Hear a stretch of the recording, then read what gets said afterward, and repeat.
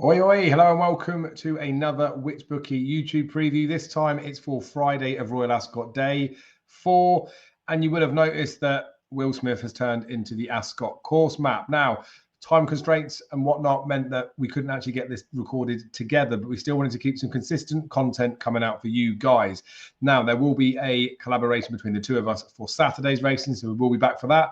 And Will has sent over his thoughts for some of the races for Friday at the time of recording, which is 12 o'clock, basically midnight, Wednesday night, the day before day 3's racing. Look, Wednesday was an all right day. We obviously saw Crimson Advocate get smashed in the bet, and it was one that I put up. We had a few places as well. So across the first couple of days, it's been going okay, to be fair. But as always, check the link in the description for the whichbookie.co.uk website. That has the horse racing tips page, the main page where Will's fancies and my final fancies will be advertised on there. Just a quick reminder and a big thank you to a few of our sponsors, BetTom, Tote, and TalkSport Bet. They're helping us to get this sort of content out for you guys. So if you could make sure you're liking the video, make sure you're subscribed to the channel if you can and you want to do so. Drop a comment below with whatever your best bet may be for Friday to help me out as I'm on my own. But saying that, it's some good racing and Will has sent some details over. So look, we'll crack on. Opening race on the Friday is the Albany Stakes. Group 3 for fillies, over 6 furlongs. A tidy looking race, to be honest with you. Now, this is a race where I've had a horse on the radar for this. She is coming in the race, so I'm relatively bullish about the chance of winning here. Betting as it stands at the moment is Signora's in there at 11-4 top price. She is as low as 2-1. She's seen a lot of support since declarations. Venetian Sun is 9-2, a general 9-2 shot, but as low as 7-2.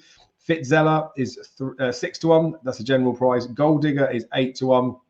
Green Sense is 9-1, and it's 12-1 or bigger. The remainder in there. So, like I say, Will send some details over so I can run through a mention of the horses that he likes in each of the races that he has got something in there. Valentina was one that he mentioned within this race as a horse with a bit of a chance. You will be able to check his column for what his final selections are with reasoning, etc. in there. But Valentina, like I say, is a 12-1 shot at the time of recording. We've got quite a few runners in this race, but there are 4 places generally up for grabs. 17 runners going to post. So Valentina would be Will's view in this race. Mine's Venetian Sun. Look, Signora, I do respect. She's come from the race that's produced the last 4 winners of this race. It's a French race at Nice. Lady Imam won that. She's had quite a busy season. There was a favourite in the race. It was Aidan O'Brien trained that something went amiss because Ryan Moore was looking down to like the rear left of the horse, like something was up. Now Signora was in there, ridden by Wayne Lorden, looked a very decent profile of a horse, I guess is the best way of saying it. Frankel's the dad, so obviously a Royal Ascot winner. You've got Heartache, who's another Royal Ascot winner. So breeding would look positive. It's come from a target race that has produced winners of this race as well. And of course, it's Aidan O'Brien. They haven't really missed with some of these horses where there's been support for them. So look, fully respect that horse. But Venetian Sun for me is a horse that I do not see out the frame. Like I say, 9-2 is a general price. There are 4 places up for grabs. Yes, you might lose a small part of the win aspect of the bet, but I think this horse is basically my idea of the winner. Now, Carl Burke's a very good target trainer. I know he had Zelena earlier in the week. A lot of people talk about that following the Liavani stuff, but as much as that horse has flopped this week, I wouldn't read too much into that. What was something that I think is worth reading into is when Carl Burke was interviewed and asked about some of his Royal Ascot horses, he chose to sweep away from Zelena and talk about Venetian Sun.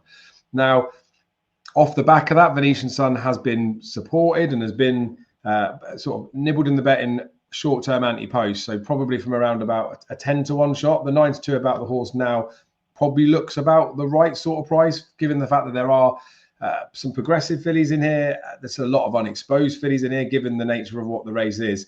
Now, from a draw perspective, she has been drawn in stall 1, Venetian Sun. Signora's in 11. Now, sometimes it can make a big difference. The last 4 winners of this race have been drawn in 2, 4, 6, and 8.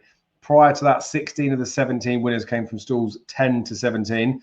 Then the first couple of renewals were stall 7 and stall 1. So with all those numbers mentioned there, I think it doesn't matter too much. I wouldn't pay too much attention or read too much into those things.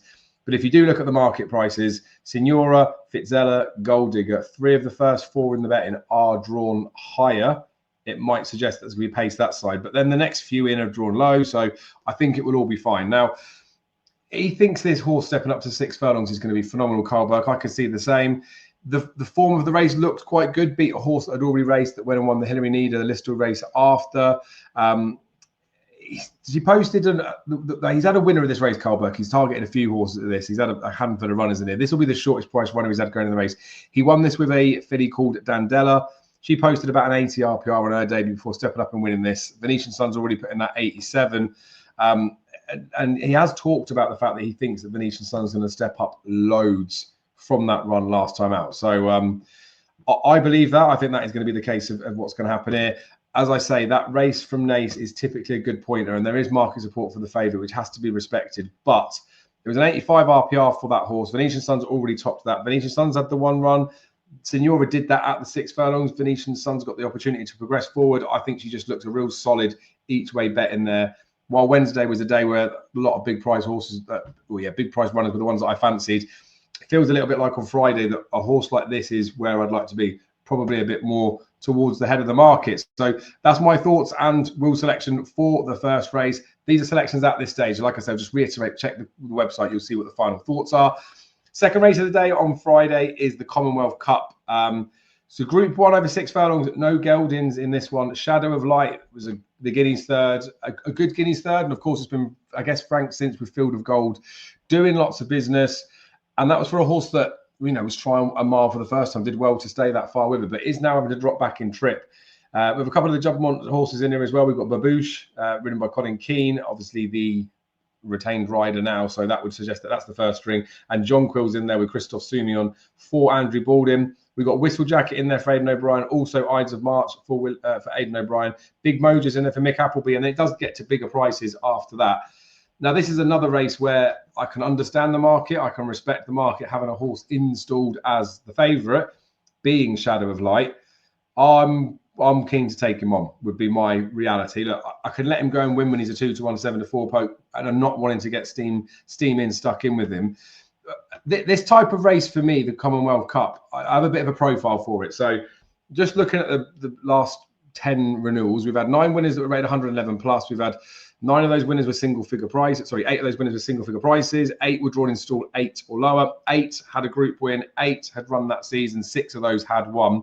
And 7 of the 10 winners had run at Ascot. Now, Shadow of Light and Babouche, the first 2 in the betting, neither of them have been to Ascot. So that is a line when you're looking at those, I guess, profile, there would be a negative against both of these. We've also looked at, I mentioned in there that 8 of the 10 winners were drawn in stall 8 or lower. When I run it through the betting and we've got Shadow of Light, Babouche, John Quill, Whistle Jacket, Ides of March, Big Mojo, we're getting down to 20-1 plus pokes where they're drawn lower than stall 11. All of these horses are drawn in the middle between 10 and 20 within each other. So while you might have had a bit of a draw bias, the fact they haven't split across the track from each other is a good sign as far as I'm concerned. Now, look, Shadow of Light is the top rated horse in this race, 120 official rating. John Quill's 115. Babouche is 113, but she gets the filly's allowance of £3. So that puts her unofficially a pound better than John Quill, £4 to find with Shadow of Light. But I think Babouche personally looks like she's trained on perfectly. Gerlines, I mean, he does say this a lot about some horses, likes to play things down, but said that she was in desperate need of the first run. He struggled to get her fit. She duly got beat in there when she was fancy, but next time out, she did dot up. That was in the Lacken Stakes. She battered the field that day as well, including horses like Whistle Jacket. I think the market should be a lot closer together is the long and the short of this one. I think the 2-1 Shadow of Light's a bit tight, and I think the 9-2 Babouche is a bit big. I'd have them maybe closer to, say, 5-2 Shadow of Light and 7-2 Babouche. I would be a tight bookmaker if I was doing that. One that I was interested in at a bit of a price for this race was Leah Varney, but really she's got quite a bit to find on figures to do this. I think she'll progress from her last run. She'll be a horse that I think would be capable of running into her place. We've got 22 runners in this race. There are a couple of firms offering 5 places, but the general consensus seems to be 4 places in there. I don't know if that's big enough for me want to take a bit of a swing on Leah Varney, but she's 33-1, maybe extended places, getting up to 6 places, might be a bit of a shout. But I think Babouche will definitely be the way that I'm playing this race. Again, another knocking each way bet. She's just a very, very, very good horse. And I know official figures would say she's got a bit to find with Shadow of Light, but I don't believe that. I don't think he's as clear of the horses at 6 furlongs as he probably was last season, because for all that he ran at a mile when he didn't quite get the trip, he ran well enough at a mile that the drop back to 6 furlongs, I don't think we'll see him in as positive a light. That's not to say he can't win the race. Like I say, I respect him at the front, and I would make him the favourite, but I would just make it a lot closer between the two of them, which means Babouche for me is overpriced, and that's why Babouche would be my selection in the second race. In the 305, Will did make a mention for me to talk about a horse called Time for Sandals. I say talk about a horse. Will's got a little bit of a case that he can make on that horse. This horse is a 50-1 poke at the time of recording. I suppose the reality with this one, if you actually go through the form, beat Jouncey first time up, was third, only beaten half a length after in a Class 2, running a Group 2 over 6 furlongs, good to firm, and neck beaten by second Celadine. Then running a Group 3 fillies at Ddinburgh over 7, was only beaten a few lengths, but beaten 4 lengths into third of 15. And then a Group 3 in Chantilly recently only just got beaten ahead. Now, this obviously is a Group 1 and it is a proper race, but I think the 50-1 about him for Will looks like it's a good bet. Who knows, it might be one that Will likes in the without market as well. So check the column to find out what the final thoughts would be on there. We will move on though to the third race on Friday, the Duke of Edinburgh Stakes, a handicap. This is one that Will wants me to really let you guys know how bullish he is on 2 horses. He fancies both of them strong. He's recommending a reverse forecast in this race too. So look, it's over 1.5 miles.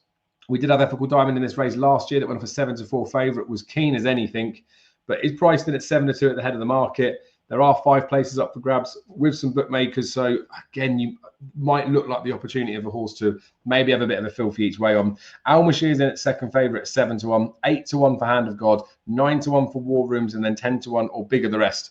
2 horses that Will really is strong on in this race is Almashir and War Rooms. He says he fancies them both, and he would also recommend a reverse forecast. So at the prices, they are 7-1 and 9-1. Like I say, a fifth of the odds, 5 places. I guess Will's view, regardless of how he substantiates the claims, is that these horses will both fill the frame, especially so if he's saying to suggest to do the reverse forecast. So, of course, you can only have one winner, but you would make a profit on their prices back in each way on both of them, the place part of that bet. And then, of course, look, if he gets a forecast up, then maybe we'll have to ask Will to sit it out every day. But, of course, we don't want to do that. We want to hear his opinions. My opinion, for what it's worth in here, is I do feel hard to be away from Ethical Diamond from a pricing perspective.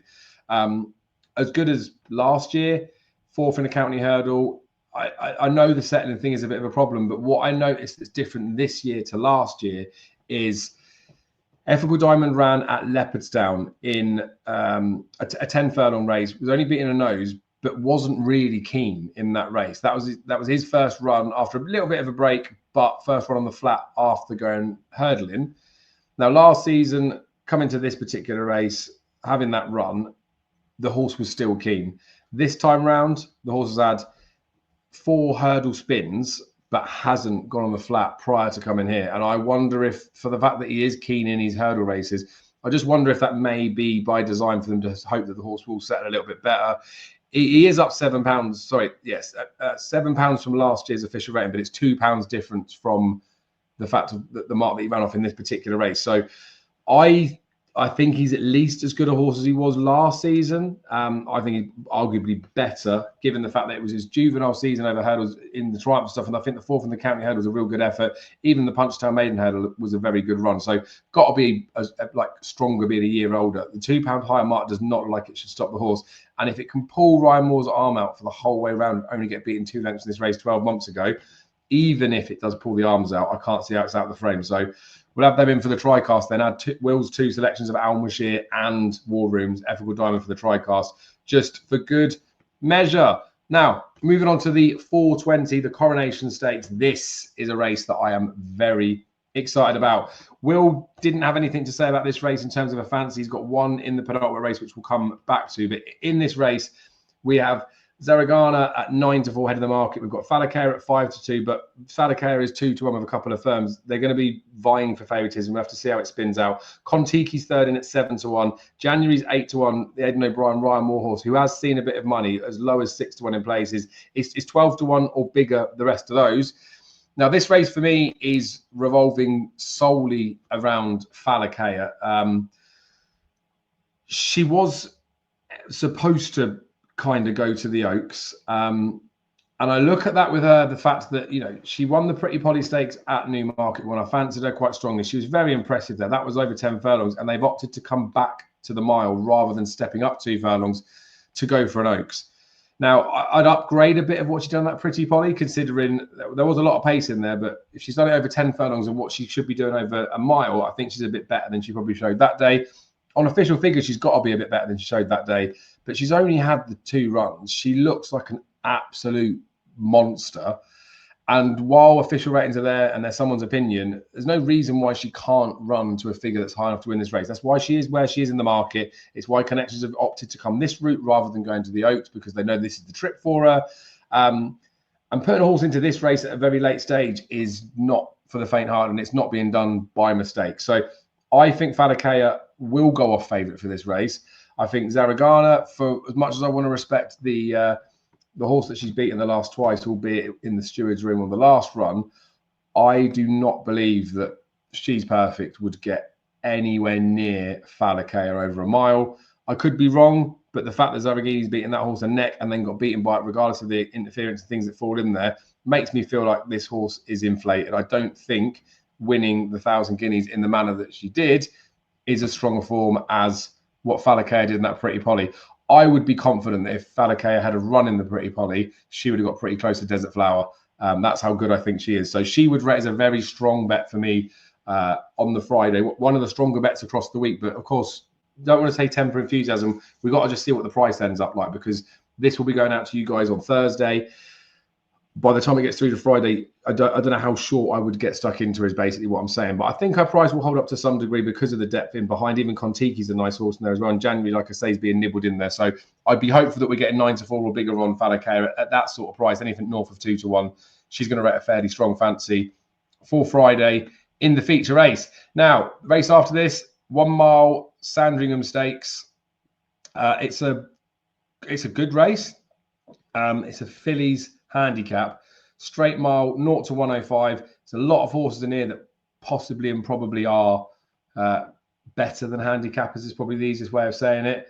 There's, for me in here, there's a few that were interesting, but I didn't have the strongest of opinions in it. It's a race that Will didn't have a strong view in himself to send anything over, which is fine, but it sort of echoes the same sentiment that I've got, that this looks like a bit of a tough race. The one that I would probably be semi-interested in, who is priced very differently with some firms, as big as 16-1 with Hills, as short as 8-1 with Paddy Power and Betfair, is Betty Clover. Now, the reason I like Betty Clover, ticks quite a few boxes for this particular race, but it's a race where she's running in a handicap for the first time. She's had 10 rules races, so you would say it's a belated handicap debut. I like Crimson Advocate. I put that horse up to win on Wednesday. She did. She was only a nose behind her at Goodwood. Admittedly, she was getting a lot of weight from Crimson Advocate, and this horse is going into this race rated 100. So you could question how well in she might be. But if you look at the race she's been running, it's group company. She's been mixing it with some nice horses. She just maybe looked like she was possibly a little bit overpriced at the time before. I mentioned she's raced 10 times. 9 of those have been under Georgia Dobby. And again, with no disrespect to her, William Buick was on last time in a Group 2 over in Shanty. She was only beaten a couple of lengths. It was a pretty good performance on good to soft ground over a mile, but she has run well on good to firm, including at Ascot back in July in the Princess Margaret Stakes, when she's only a neck behind Simmering. So look, I think with William Buick back up at top again, she's an obvious one that could go well at a price. 6 places are on offer with quite a few firms. She's right up there.